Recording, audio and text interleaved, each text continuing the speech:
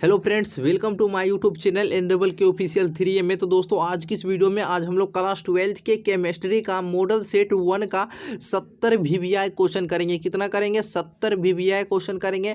और दोस्तों सारा क्वेश्चन काफ़ी इंपॉर्टेंट है आपके बोर्ड के एग्जाम के लिए, ठीक है। तो चलिए इस वीडियो को शुरू करते हैं। इस वीडियो को आप लोग अंत तक देखिएगा और सारे प्रश्न को अच्छे से याद करने की कोशिश कीजिएगा, ठीक है। सारा क्वेश्चन काफ़ी ज़्यादा इंपॉर्टेंट है। तो चलिए वीडियो को शुरू करते हैं। देखिए पहला प्रश्न क्या है, बताइएगा जवाब आप सभी, ठीक है। पहला क्वेश्चन देखते हैं क्या है। निम्नलिखित में अक्रिस्टलीय ठोस कौन है? अक्रिस्टलीय ठोस कौन है? Which of the following is a non crystalline solid. बताना इनमें से कौन अक्रिस्टलीय ठोस का उदाहरण है, जल्दी से बताना है। देखिए ये प्लास्टिक आपका अक्रिस्टलीय ठोस का उदाहरण है। ऑप्शन नंबर बिल्कुल डी हो जाएगा। यह अक्रिस्टलीय ठोस आपका प्लास्टिक हो जाएगा, ठीक है। चलिए दूसरा क्वेश्चन देखते हैं क्या है। पिंड केंद्रित घनाकार इकाई सेल में परमाणुओं की संख्या बताना है। पिंड केंद्रित घनाकार इकाई सेल में परमाणुओं की संख्या कितना हो जाएगा? इसमें 2 हो जाएगा, ठीक है। The number of atoms in a body central unit cell, इसमें परमाणुओं की संख्या कितना हो जाएगा? 2 हो जाएगा, ठीक है, बॉडी सेंट्रल क्यूबिक सेल में, ठीक है। चलिए अगला क्वेश्चन देखते हैं क्या। घनाकार जालक में घनाकार क्रिस्टल में ब्रेवियस जालकों की संख्या 3 होती है। आप सभी जानते हैं कितना होती है? घनाकार क्रिस्टल में ब्रेवियस जालकों की संख्या 3 होती है। देख सकते हैं ऑप्शन नंबर बी मारिए। जो भी ऑप्शन नंबर बी लगा रहे हैं बिल्कुल सही हो जाएगा। चलिए नेक्स्ट क्वेश्चन क्या है। निम्नलिखित में किस दोष के कारण क्रिस्टल के घनत्व में कमी होती है? किस दोष के कारण क्रिस्टल के घनत्व में कमी आ जाती है? तो देखिए ये शॉर्टकी दोष के कारण बिल्कुल हो जाएगा। ऑप्शन नंबर बिल्कुल जो भी लगा रहे हैं बिल्कुल सही उत्तर हो जाएगा, शॉर्टकी दोष के कारण, ठीक है। तो ऑप्शन नंबर बी शॉर्टकी जो लगा रहे हैं बिल्कुल सही उत्तर हो जाएगा, ठीक है।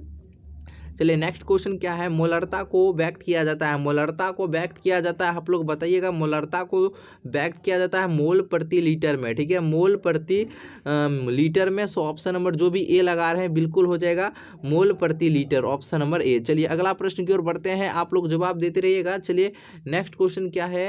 यदि विलायक के 1000 ग्राम में ग्लूकोज का 18 ग्राम उपस्थित हो तो घोल कहा जाएगा। इस घोल को क्या कहा जाएगा? 0.1 मोलल कहा जाएगा, ठीक है, 0.1 मोलल, ठीक है। चलिए अगला क्वेश्चन की ओर बढ़ते हैं। देखिए अगला प्रश्न क्या है। किसी तनु घोल का अनुसंख्यक गुणधर्म निर्भर करता है। किसी तनु घोल का अनुसंख्यक गुणधर्म निर्भर करता है, तो यह करता है विलय के कणों की संख्या पर, ठीक है, विलय के कणों की संख्या पर। काफी ज्यादा इंपॉर्टेंट है क्वेश्चन, याद रखिएगा, विलय के कणों की संख्या पर। चलिए नेक्स्ट क्वेश्चन क्या है। किसी विलयन के प्रासरण दाब को किस संबंध से व्यक्त किया जाता है? बताइएगा किसी विलयन के प्रासरण दाब को किस संबंध से जो व्यक्त किया जाता है? यह π/c बराबर RT हो जाएगा, ठीक है। जो बी लगा रहा है बिल्कुल सही उत्तर है, π/c बराबर RT, ठीक है। और देखिए वीडियो अच्छा लगे तो आप लोग वीडियो को लाइक करते जाइएगा, ठीक है, वीडियो को लाइक कर दीजिएगा। अच्छा लग रहा हो तो वीडियो को लाइक करते जाइएगा और चैनल को सब्सक्राइब कर लीजिएगा जो न्यू स्टूडेंट है। विद्युत धारा की वह मात्रा जो CuSO4 के घोल से 1 मोल कॉपर को मुक्त करती है, वह करती है कितना? 2 फैराडे। कितना हो जाएगा? 2 फैराडे। जो ऑप्शन नंबर 2 जो सी लगा रहे हैं बिल्कुल सही उत्तर हो जाएगा, 2 फैराडे। चलिए नेक्स्ट क्वेश्चन क्या। फैराडे के विद्युत विच्छेदन के प्रथम नियम को व्यक्त करने के लिए निम्नलिखित में कौन समीकरण है सही हो जाएगा? जल्दी से बताइए कौन सा समीकरण सही हो जाएगा? M बराबर ZCT हो जाएगा। चलिए बिल्कुल जो भी लगा रहे हैं बिल्कुल सही उत्तर हो जाएगा, M बराबर ZCT। चलिए नेक्स्ट क्वेश्चन क्या है। किसी भी विलयन की सांद्रता घटने के साथ निम्नलिखित में से क्या परिवर्तन होता है? किसी भी विलयन की सांद्रता घटने के साथ क्या परिवर्तन होता है? देखिए मोलर चालकता क्या होती है आपका? बढ़ जाती है, ठीक है। मोलर चालकता क्या होती है? बढ़ जाती है, बिल्कुल ए नंबर सही हो जाएगा। मोलर चालकता इसकी बढ़ जाती है, याद रखिएगा आप सभी। चलिए नेक्स्ट क्वेश्चन क्या है। निम्नलिखित में कौन प्राथमिक सेल है? काफी ज्यादा इंपॉर्टेंट है, याद रख लीजिएगा, काफी ज्यादा इंपॉर्टेंट है, हर बार पूछा जाता है। निम्नलिखित में प्राथमिक सेल कौन है? तो बताइएगा इसमें कौन प्राथमिक सेल है? बिल्कुल लेड संचायक हो जाएगा, ऑप्शन नंबर डी बिल्कुल सही हो जाएगा, लेड संचायक। चलिए नेक्स्ट क्वेश्चन देखते हैं क्या है। निम्नलिखित में कौन कारक अभिक्रिया दर को प्रभावित करता है? देखिए ताप, दाब, सांद्रता, सांद्रण, ये तीनों क्या करता है? प्रभावित करता है अभिक्रिया की दर को। सो नेक्स्ट क्वेश्चन आपका सही हो जाएगा इनमें से सभी, ठीक है। चलिए अगला क्वेश्चन देखते हैं क्या। शून्य कोटि अभिक्रिया के लिए वेग स्थिरांक की इकाई है। शून्य कोटि की अभिक्रिया के लिए वेग स्थिरांक की इकाई mole litre inverse second inverse होती है। सो ऑप्शन नंबर बिल्कुल आपका ए नंबर उत्तर हो जाएगा। याद रखिएगा काफ़ी ज़्यादा इंपॉर्टेंट है ये क्वेश्चन, का ही कई बार पूछा गया है, ठीक है। चलिए, यदि कोई प्रथम कोटि की अभिक्रिया 32 मिनट में 75% पूरी हो जाती है तो इसके 50% पूरा होने में समय लगेगा, इसके 50% समय लगेगा 16 मिनट में। ठीक है, 16 मिनट समय लगेगा। चलिए अगला क्वेश्चन देखते हैं। यदि किसी अभिक्रिया का वेग निम्नलिखित प्रकार से व्यक्त होता है, ठीक है, यानी वेग बराबर इतना दिया है, तो इस अभिक्रिया की कोटि हो जाएगा 3 हो जाएगा। कितना हो जाएगा? 3 हो जाएगा। चलिए ऑप्शन नंबर जो भी बी लगा रहे हैं बिल्कुल सही उत्तर हो जाएगा, 3 हो जाएगा। चलिए नेक्स्ट क्वेश्चन देखते हैं क्या है। अगला है भौतिक अधिशोषण के लिए अधिशोषण की ऊष्मा होती है। भौतिक अधिशोषण के लिए अधिशोषण की ऊष्मा होती है 20 से 40 kg mole inverse. Option number बिल्कुल ए नंबर सही उत्तर हो जाएगा। अच्छे तरीके से आप लोग याद रखिएगा। ठीक है, चलिए जो पदार्थ जल का पृष्ठ तनाव कम कर देता है वह क्या कहलाता है? वह क्या कहलाता है? तो वह पृष्ठीय सक्रिय कारक कहलाएगा। ऑप्शन नंबर डी हो जाएगा, पृष्ठीय सक्रिय कारक। चलिए नेक्स्ट क्वेश्चन क्या है। निम्नलिखित में कौन जल में कोलाइड विलयन का निर्माण करता है? कोलाइड विलयन का निर्माण कौन करता है? तो देखिए जल में कोलाइड विलयन का जो निर्माण करता है ये आपका स्टार्च करता है, याद रखिएगा, स्टार्च बिल्कुल सही उत्तर हो जाएगा। चलिए अगले क्वेश्चन की ओर बढ़ते हैं और आप लोग जवाब देने की कोशिश कीजिएगा। निम्नलिखित में कौन पायसी कारक है? पायसी कारक कौन हो जाएगा? देखिए ये साबुन आपका पायसी कारक हो जाएगा, बिल्कुल ऑप्शन नंबर जो भी ए दिए हैं बिल्कुल सही हो जाएगा। पायसी कारक जो है साबुन हो जाएगा। कालामाइन निम्नलिखित में से किस धातु का अयस्क? कालामाइन किस धातु का अयस्क है? तो ये आपका जिंक का हो जाएगा, जिंक का। ऑप्शन नंबर बिल्कुल डी हो जाएगा, जिंक। चलिए नेक्स्ट क्वेश्चन क्या है। मॉन्ड प्रक्रम के दौरान निम्नलिखित में से किस धातु का शुद्धिकरण किया जाता है? तो यह निकेल का किया जाता है, बिल्कुल ऑप्शन नंबर ए हो जाएगा, निकेल का। चलिए नेक्स्ट क्वेश्चन क्या। थर्माइट विधि में निम्नलिखित में कौन अवकारक है? बताइएगा थर्माइट विधि में कौन अवकारक हो जाएगा? ये आपका एल्युमिनियम हो जाएगा। ठीक है, याद रखिएगा, ऑप्शन नंबर डी हो जाएगा, एल्युमिनियम, AL। चलिए अगला है लोहा धातु के निष्कर्षण के द्रव्यमान निम्नलिखित में कौन धातु मल के रूप में प्राप्त होता है? धातु मल के रूप में कौन प्राप्त होता है? CaSiO3 प्राप्त होता है। ठीक है, सो ऑप्शन नंबर बिल्कुल सी हो जाएगा। चलिए सबसे कम क्वथनांक वाली गैस हो जाएगा, काफ़ी इंपॉर्टेंट है और पूछा गया है। ठीक है, सबसे कम क्वथनांक वाली गैस कौन है? तो यह आपका हीलियम हो जाएगा। ठीक है, हीलियम ऑप्शन नंबर बी हो जाएगा। चलिए नेक्स्ट क्वेश्चन क्या है। निम्नलिखित में कौन हाइड्रोजन बंध नहीं बनाता है? तो FON आप सभी को याद होगा, ट्रिक FON। देखिए जिसमें FON में से कोई रहेगा जिसमें वो यह रहेगा उसमें पाया जाता है, बाकी बाद नहीं पाया जाता है। बताइए कौन हाइड्रोजन, किसमें हाइड्रोजन बंध नहीं बनता है? बताइए। देखिए HCl हो जाएगा। देखिए HCl आपका सही उत्तर हो जाएगा। NH3 में N है आपका, H2O में O है, HF में F है। देखिए मिल गया है, लेकिन HCl में नहीं मिला तो HCl में नहीं पाया जाता है। ऑप्शन नंबर सी नंबर बिल्कुल सही उत्तर हो जाएगा। ठीक है, चलिए अगला क्वेश्चन की ओर बढ़ते हैं। ऑक्सीजन और ओजोन है। ऑक्सीजन और ओजोन आपका क्या है? ऑक्सीजन और ओजोन आपका अपरूप है। ठीक है, यहाँ से एक और बात हम आपको बतलाना चाहेंगे। ठीक है, ये वाला में और पूछ देता है सबसे ज़्यादा। देखिए ये है ना, निम्नलिखित में हाइड्रोजन बंध नहीं बनाता है, तो ये आपका HCl हो जाएगा। सबसे ज़्यादा होता है आपका HF में। ठीक है, सबसे ज़्यादा HF में होता है। उसके बाद आपका होता है उसके बाद होता है आपका H2O में। उसके बाद होता है आपका, ये क्षारीयता का क्रम इस तरह से हो जाए, उसके बाद NH3 में हो जाएगा। ठीक है, पूछेगा सबसे ज़्यादा हाइड्रोजन बंध किस में बनता है? तो HF में, उसके बाद H2O में, उसके बाद NH3 में। ठीक है, इसका मतलब बड़ा का चिन्ह, देखिए इसका मतलब बड़ा का चिन्ह हुआ, तो इसके पहले हम HF दिए हैं, तो इस सबसे पहले HF में, उसके बाद आपका H2O में, उसके बाद NH3 में। इसको याद रखिएगा। ठीक है, चलिए अब देखिए निम्नलिखित में कौन द्विभाषमिक अम्ल है? द्विभाषमिक अम्ल कौन हो जाएगा? तो ये आपका H3PO3 हो जाएगा, द्विभाषमिक अम्ल। चलिए नेक्स्ट क्वेश्चन की ओर बढ़ते हैं और नेक्स्ट क्वेश्चन क्या कहता है। संक्रमण तत्व का स्थान आवर्त सारणी के किस आवर्त सारणी के अंतर्गत है? जल्दी से बताइए। संक्रमण तत्व का स्थान आवर्त सारणी के अंतर्गत है डी ब्लॉक में। क्या हो जाएगा? D block. जो भी D-C नंबर लगा रहे हैं बिल्कुल सही उत्तर हो जाएगा। और देखिए ये वाला क्वेश्चन कई बार आपके बोर्ड एग्जाम में पूछा गया है। ठीक है, याद रखिएगा। निम्नलिखित में कौन संक्रमण तत्व का युग्म है? अब बताइए संक्रमण तत्व का युग्म कौन हो जाए, यानी डी ब्लॉक का तत्व इनमें से कौन कौन सा है, इसका युग्म आपको बतलाना है। चलिए बताइएगा। देखिए कॉपर और Fe ये आपका, ये दोनों ये आपका है, ये डी ब्लॉक का तत्व है। ठीक है, तो ऑप्शन नंबर बिल्कुल डी नंबर सही उत्तर हो जाएगा। चलिए नेक्स्ट क्वेश्चन है क्रोमियम। क्रोमियम का इलेक्ट्रॉनिक विन्यास इनमें से कौन हो जाएगा? क्रोमियम का इलेक्ट्रॉनिक विन्यास कौन हो जाएगा बताइएगा। बिल्कुल जो ऑप्शन नंबर बी लगा है बिल्कुल सही जाएगा, Ar3D54S1 या क्रोमियम का हो जाएगा इलेक्ट्रॉनिक विन्यास। चलिए अगला प्रश्न देखते हैं, क्या निम्नलिखित में किन तत्वों में फॉर एफ कक्षा में इलेक्ट्रॉन क्रमबद्ध रूप से भरता है? काफ़ी इंपॉर्टेंट है, वीवीआई क्वेश्चन है, याद रखिएगा। निम्नलिखित में किन तत्वों में फॉर एफ कक्षकों में इलेक्ट्रॉन क्रमबद्ध रूप से भरता है? चलिए बिल्कुल ऑप्शन नंबर लेंथेनाइड श्रेणी में बिल्कुल ए नंबर सही हो जाएगा, लेंथेनाइड। ठीक है, लेंथेनाइड हो जाएगा। चलिए FeCN का होल 63 माइनस में Fe की ऑक्सीकरण आपको ऑक्सीडेशन नंबर निकालने के लिए आता है। इसका ऑक्सीडेशन नंबर निकाल कर बताइए। Fe का ऑक्सीकरण, इसको X मानिए केंद्रीय परमाणु, इसमें Fe और पूछ दिया Fe का ऑक्सीकरण अवस्था कितना हो जाएगा? चलिए बिल्कुल हो जाएगा +3 आ जाएगा इसकी ऑक्सीडेशन नंबर, ऑप्शन नंबर बिल्कुल बी हो जाएगा।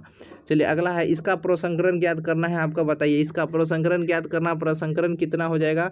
हाइब्रिडाइजेशन बताइए इसका कितना हो जाएगा? बिल्कुल जल्दी से बताइए क्या हो जाएगा? DsP2 हो जाएगा, बिल्कुल सही उत्तर हो जाएगा। DsP2 आपका आंसर हो जाएगा।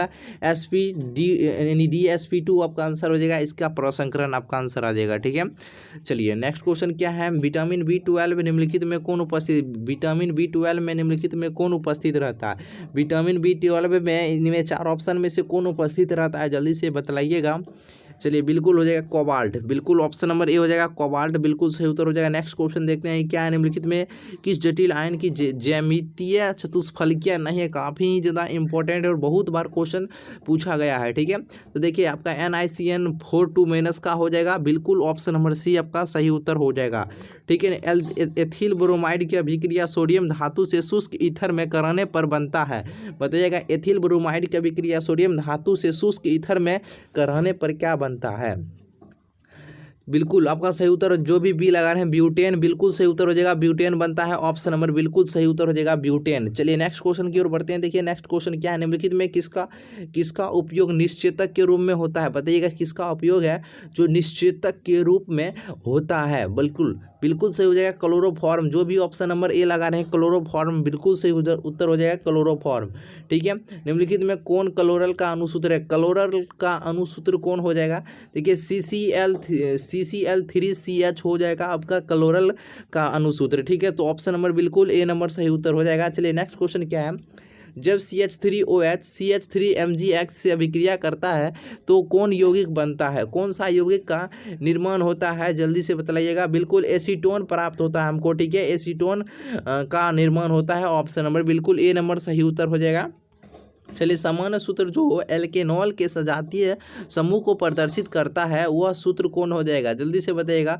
वह सूत्र हो जाएगा CnH2n+2O हो जाएगा, बिल्कुल सी नंबर जो भी लगा रहे हैं बिल्कुल सही उत्तर हो जाएगा, CnH2n+2O हो जाएगा। चलिए नेक्स्ट क्वेश्चन क्या है, एथेनॉल का समावयवी निम्नलिखित में से कौन हो जाएगा? एथेनॉल का, तो ये आपका डाइमेथिल ईथर हो जाएगा। ठीक है, डाइमेथिल ईथर बिल्कुल सही उत्तर हो जाएगा, काफ़ी ज़्यादा इंपॉर्टेंट है, याद रखिएगा।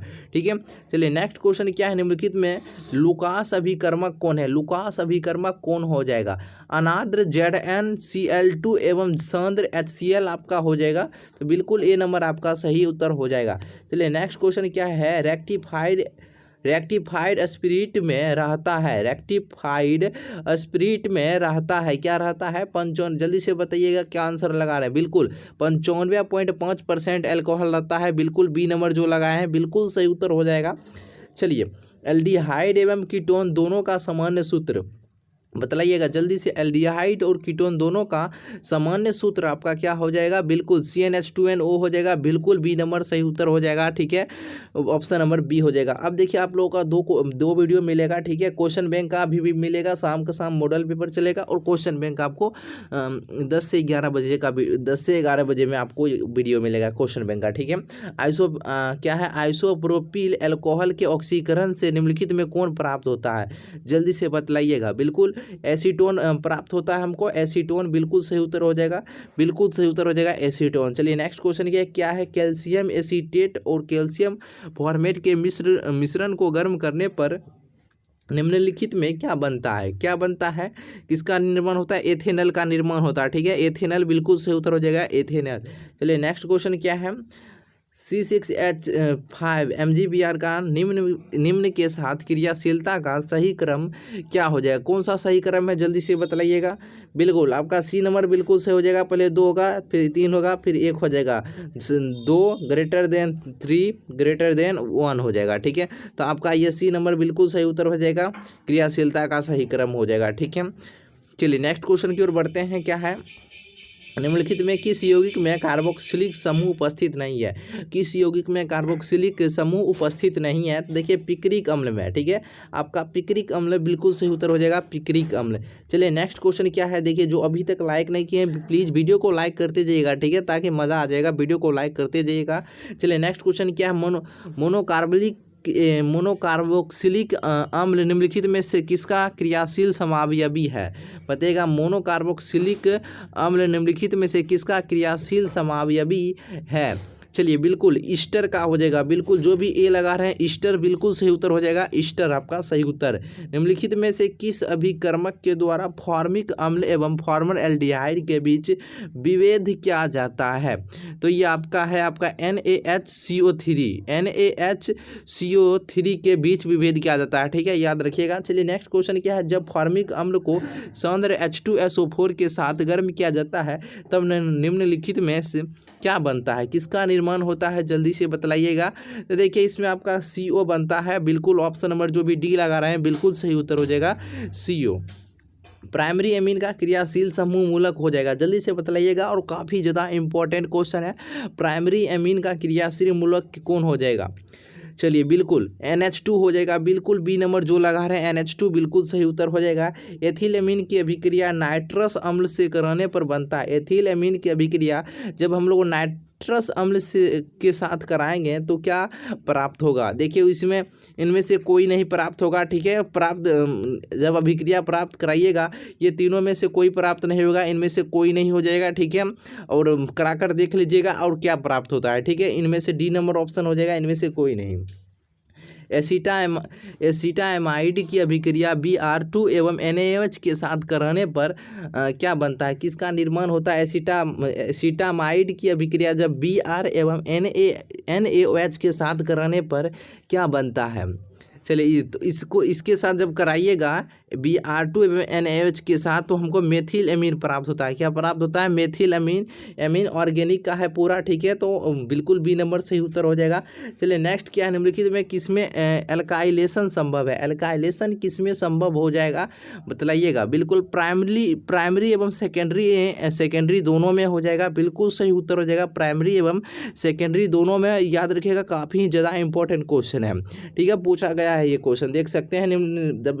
जब हम लोग क्वेश्चन बैंक करेंगे तब देखिएगा सारा क्वेश्चन किस तरह से टकराता है। निम्न में से कौन सर्वाधिक मीठा शर्करा है, सर्वाधिक मीठा शर्करा कौन हो जाएगा, फ्रक्टोस आपका हो जाएगा, बिल्कुल सही उत्तर हो जाएगा, फ्रक्टोस ऑप्शन नंबर बी हो जाएगा। चलिए नेक्स्ट क्वेश्चन, निम्न में से कौन स्टीरोइड से संबंधित है, स्टीरोइड से संबंधित कौन हो जाएगा, स्टीरोइड से। तो देखिए स्टीरोइड से जो संबंधित है आपका कौन है जानते हैं, ये आपका विटामिन डी है, कौन है, विटामिन डी, बिल्कुल सही उत्तर हो जाएगा, विटामिन डी। चलिए नेक्स्ट क्वेश्चन की ओर बढ़ते हैं। निम्न में कौन साधारणतः शरीर द्वारा नहीं बनाया जाता है, तो ये आपका कौन हो जाएगा, प्रोटीन हो जाएगा। ठीक है, प्रोटीन ऑप्शन नंबर, अरे क्या हो जाएगा, साधारणतः शरीर द्वारा नहीं बनाया जाता है, तो ये आपका विटामिन होगा। ठीक है, तो ऑप्शन नंबर बिल्कुल बी नंबर जो लगा रहे हैं बिल्कुल सही उत्तर हो जाएगा, विटामिन। ठीक है, चलिए नेक्स्ट क्वेश्चन क्या है, DNA तथा RNA में समान भस्म, बायोलॉजी वाला क्वेश्चन, जल्दी से बताइएगा।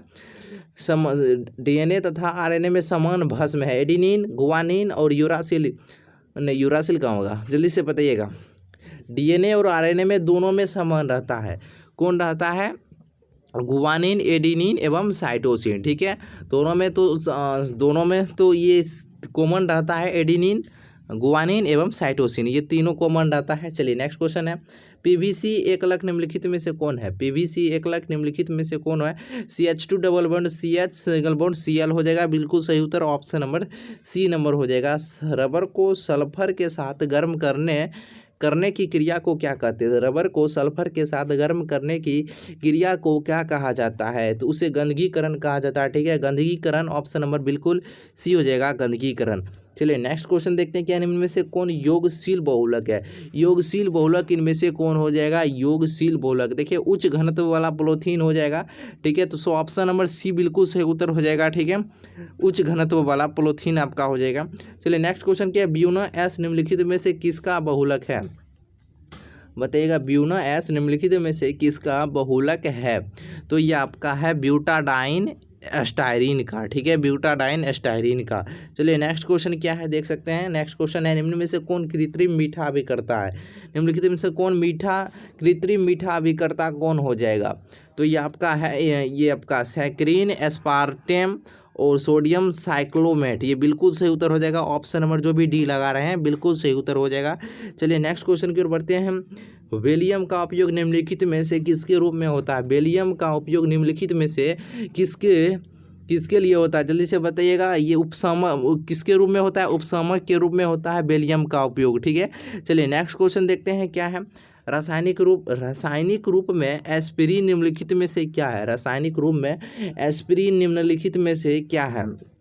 एसिटाइल सैलिसिलिक अम्ल है, ठीक है। एसिटाइल सैलिसिलिक अम्ल है आपका, ठीक है। तो ऑप्शन नंबर बिल्कुल सी नंबर आपका सही उत्तर हो जाएगा। नेक्स्ट क्वेश्चन है, निम्नलिखित में से किसका उपयोग एंटीसेप्टिक के रूप में करते हैं। एंटीसेप्टिक के रूप में किसका उपयोग करते हैं, फिनॉल का उपयोग करते हैं, ठीक है। फिनॉल, ऑप्शन नंबर बिल्कुल ए नंबर सही उत्तर हो जाएगा, फिनॉल। चलिए अगला क्वेश्चन की ओर बढ़ते हैं और अगला क्वेश्चन का जवाब दीजिएगा। क्या है, निम्नलिखित में किसमें यह समूह उपस्थित होता है। देख सकते हैं कीटोन, बिल्कुल सही उत्तर हो जाएगा। जो भी कीटोन लगा रहे हैं बिल्कुल सही उत्तर हो जाएगा, कीटोन आपका सही उत्तर हो जाएगा, ऑप्शन नंबर सी। चलिए लास्ट क्वेश्चन है आपका, आप लोगों को बताना निम्नलिखित में कौन टर्सरी एल्कोहल है। टर्सरी एल्कोहल कौन हो जाएगा। देखिए आपका ऑप्शन नंबर बिल्कुल बी जो लगा रहे हैं बिल्कुल सही उत्तर हो जाएगा, यह टर्सरी एल्कोहल है, ठीक है। तो 70 प्रश्न कंप्लीट हुआ, ठीक है। इन सारे क्वेश्चन को एक बार अच्छे से देख लीजिए, काफ़ी ज़्यादा इंपॉर्टेंट है, ठीक है। तो जो भी यहाँ तक वीडियो देखें, वीडियो देखने के लिए बहुत बहुत धन्यवाद, ठीक है। तो चलिए फिर मिलते हैं एक नए वीडियो में आपके साथ।